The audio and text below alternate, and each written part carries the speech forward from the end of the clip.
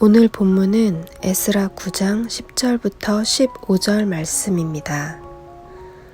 우리 하나님이여, 이렇게 하신 후에도 우리가 주의 계명을 저버렸사오니 이제 무슨 말씀을 하오리이까?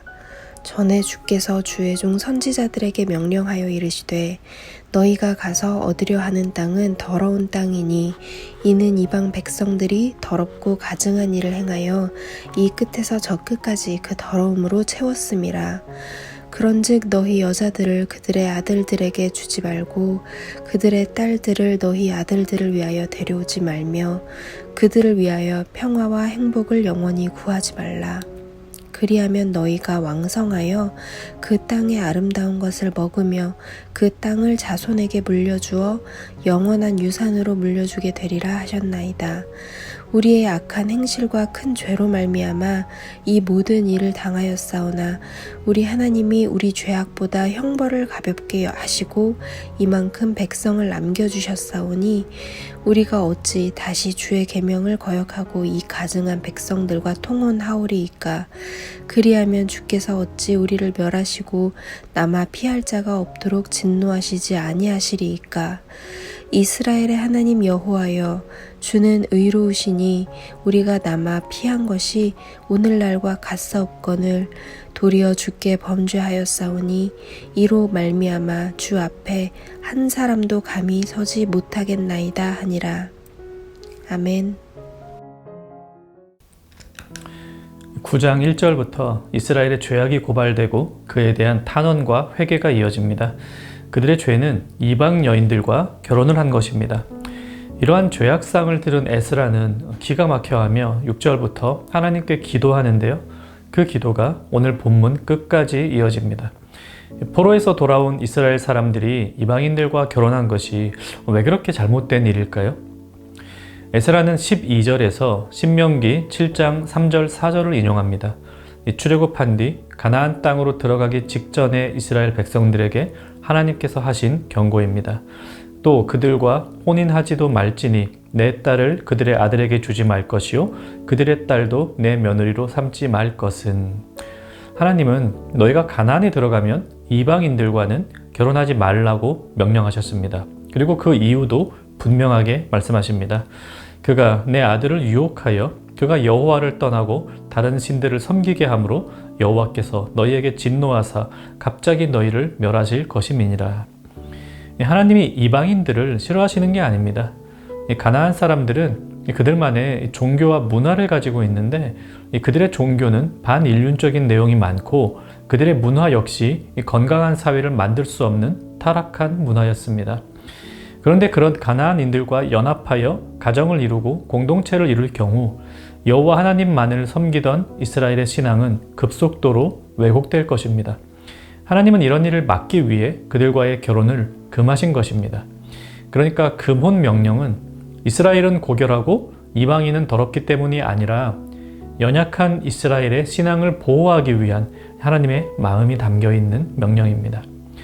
포로에서 돌아온 이스라엘도 마찬가지입니다.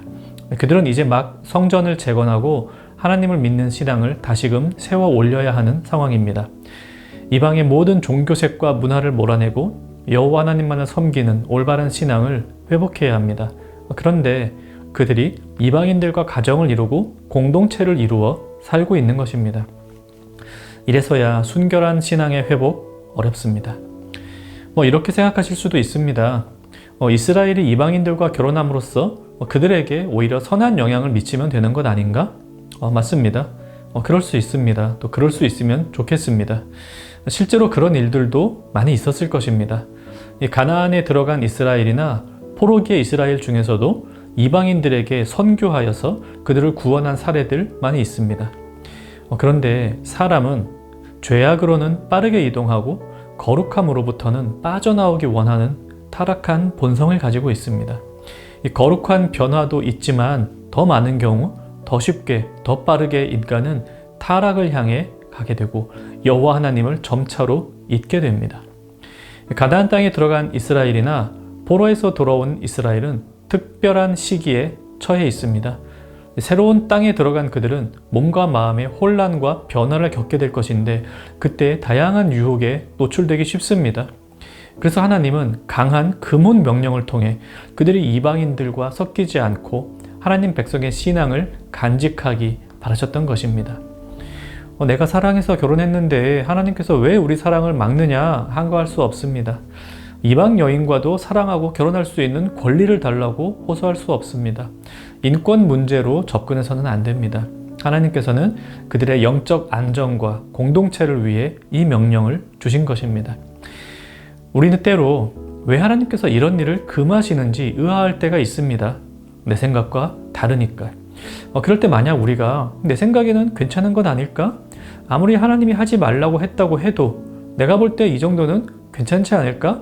라고 여겨서 그 일을 한다면 그것은 안 되죠. 언제나 기준은 하나님이십니다. 그리고 그분께서 우리에게 어떤 명령을 내리시는 이유는 우리를 사랑하시기 때문입니다. 하나님은 자신을 위해 우리에게 명령하지 않으십니다. 하나님의 모든 명령은 우리를 살리기 위해서입니다. 따라서 우리가 그 명령에 따르지 못해 회개를 할 때에는 하나님의 사랑에 대해서 적절히 반응하는 것이며 또한 그 회개는 우리를 살리시는 하나님을 향한 감사의 행위이기도 합니다. 순결한 신앙 공동체를 지키기 위해 이스라엘에게 금혼의 명령을 내리신 하나님께서는 오늘도 우리에게 다양한 명령을 내리십니다. 그 명령에 순복하며 살아야 하지만 지키지 못할 때도 많죠. 그럴 때 우리 회개합니다. 회개할 때마다 우리를 살리기 위해 사랑의 명령을 내려주신 하나님께 감사하며 살아가는 청년가족 되시기를 바랍니다. 함께 말씀 생각하며 기도하겠습니다. 하나님 주신 명령에 감사하며 순종하게 하옵소서. 회개할 때에도 하나님의 사랑에 감격하며 감사하게 하옵소서. 오늘 하루 하나님 주신 말씀의 길 위에 살아가는 청년가족 되시기를 바랍니다.